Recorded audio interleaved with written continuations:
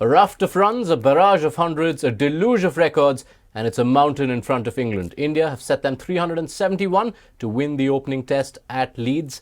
Sanjay Manjrekar joins us on ESPN Cricinfo Matchday on a day where this new Indian side has done something that wasn't achieved in 93 years and 590 tests.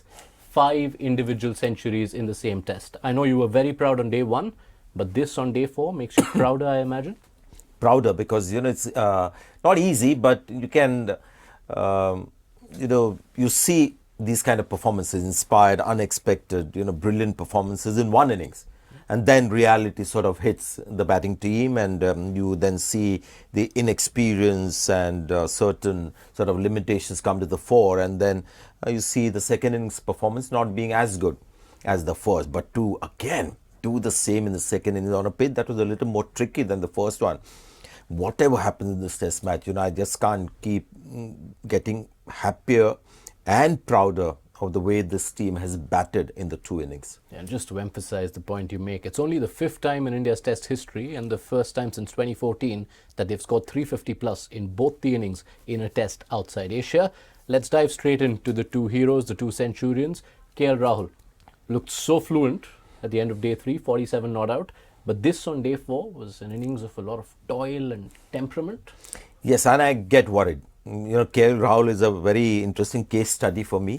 We've seen a guy who's got 10 overseas hundreds and some tough hundreds. 10 overall hundreds and some tough hundreds away from home, but average is 34.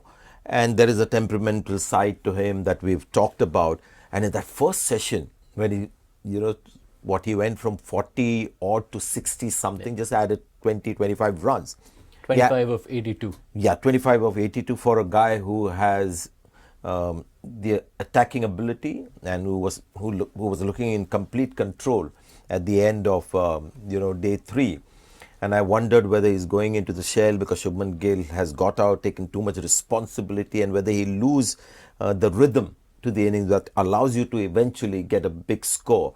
But nothing of the kind happened. Post-lunch session, something happened, and both Pant and Rahul just batted in a way that suited the kind of ability that they have, namely defensive as well as attacking. Yeah, saw the best of both worlds if you saw session 1 move into session 2. Rishabh Pant, of course, took things in his own hands in the second session. Not a lot to say about Pant that we haven't already. It's been a few years that we've already acknowledged that he's India's greatest wicketkeeper batter in tests. Where does Rishabh Pant lie in the conversation of greatest wicketkeeper batters in tests overall? As in the world? Yes. I mean, there's obvious comparison with Adam Gilchrist that comes to mind. And when you talk about test cricket, there are so many batters over the years that you've got to be mindful of. But he's making rapid strides, just like Bumrah, in the history of test cricket when you're looking at great players. But something new that we discovered, which we suspected that Pant had, this mental side of his batting. And we thankfully have the stump mic and we can hear all kinds of chatter. This morning when he got obsessed with, playing with the wind and trying to hit balls outside of, falling down in the process and trying to hit sixes in the direction where there would be wind support. And he just got himself into a bit of a rut. And then we heard him talking to himself, saying, what are you doing? Just keep it simple, play properly. And after that, we saw the other side of Pant where he was only blocking, playing with a straight bat, forgot about that area. And it wasn't a chain that lasted for 30 minutes. It was a good, almost 2-hour chain that he brought in his batting. So just imagine the kind of control that he has over his batting mechanism. Yeah, that control also came into the picture in that second session. Spent a lot of time in the 90s and wasn't looking uneasy. Yeah, I think there were about 18 balls or something for him to get from 98 to 100 or something on those lines. So nervous 90s actually has some weightage when it comes to Rishabh Pant because of the amount of 90s that he's got. But I don't think he's somebody who will lose sleep over it had he got out in the 90s yet again. But it's something that he had to do. And again, you could see the calmness in him, the control over mind, because until he was in that mid-90s score, he was back to being the belligerent Rishabh Pant that he is, but again was able to turn that knob and become like a saint and meditate and quietly get those 2 runs in the 90s. Just an incredible cricketer that we keep sort of unraveling every season, every match. Yeah. And when he did eventually get that single to get to 3 figures, it made him the first Indian to have twin tons in a test in England and only the second wicketkeeper batter in the history of Test cricket to do so. Tremendous from Pant and Rahul. India's batting in the third session. What did you make of that? Because post-tea, 21 overs, 66 runs. What were they trying to achieve? Yeah, I mean, if you have to be critical, you can say it should have gone not maybe 5 or 6 runs in over, but 4.5, because that has become the normal tempo. And because India was looking to score runs quickly, they had a great platform set. But we have to be mindful of the fact that this batting lineup of India is a new Indian batting lineup. We saw a collapse in the first innings, and the collapse was repeated in the second innings. So maybe 5 years down the line, we can be critical about how they played when we have more experience, when this batting lineup has more experience.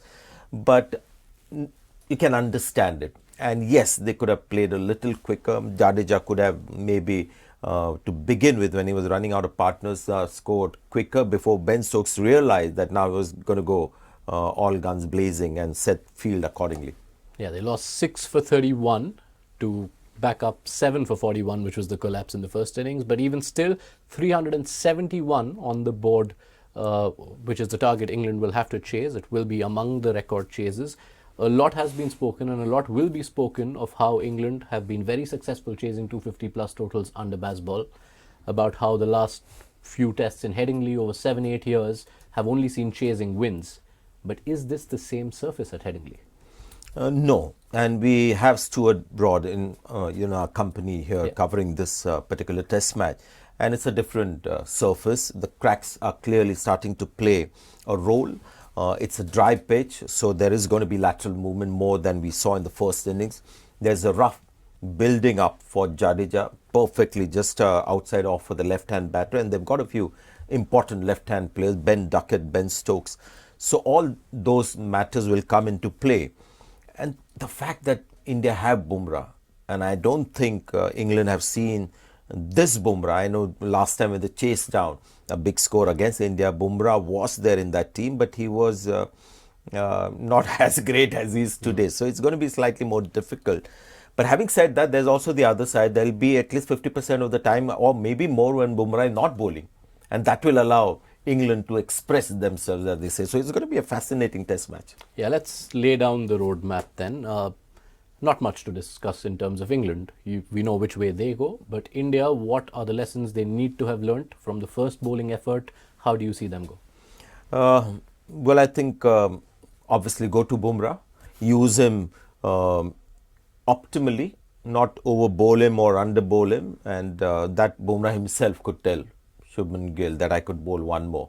I remember there was one thing he said in Australia when it may have been Rohit Sharma or was it somebody Melbourne. else? Asked him to bowl another over and he said, I've tried hard, I just can't get anything out. So he'll tell Shubman Gill about it. Couple of things that I mentioned. There'll be Jadeja that Shubman Gill should go more often to.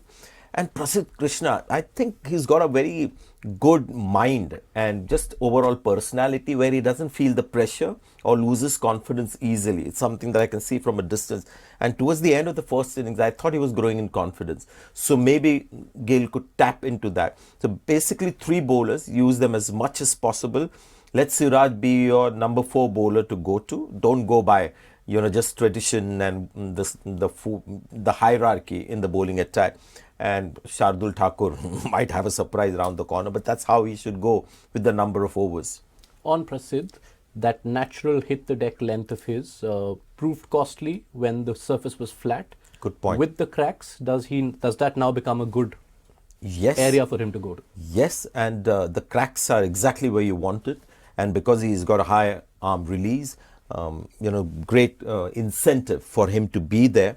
He's just got one little area that he needs to work on. There are a lot of balls that he bowls with no pace, short of length, outside off, which get hit for runs. And the one that Harry Brook famously, swatted over mid-wicket was that kind of a delivery. So avoid that. Make every ball count. And he's got a beautiful swinging delivery, pitching up, outswing. Use that more. But he's got and a lie in that cracking nature of that surface just outside off, which is perfect. It's a good point you make. Perfect for somebody who hits the deck. Right. So it all sets up for a very exciting day 5 with, dare I say, all 4 results possible. The way these teams play. Yes. All right. Sanjay Manjrekar, thank you so much for your time. India have only ever once lost a test defending more than 350. England have only twice won a test chasing 350 plus. One of those, of course, was the last test India played in England.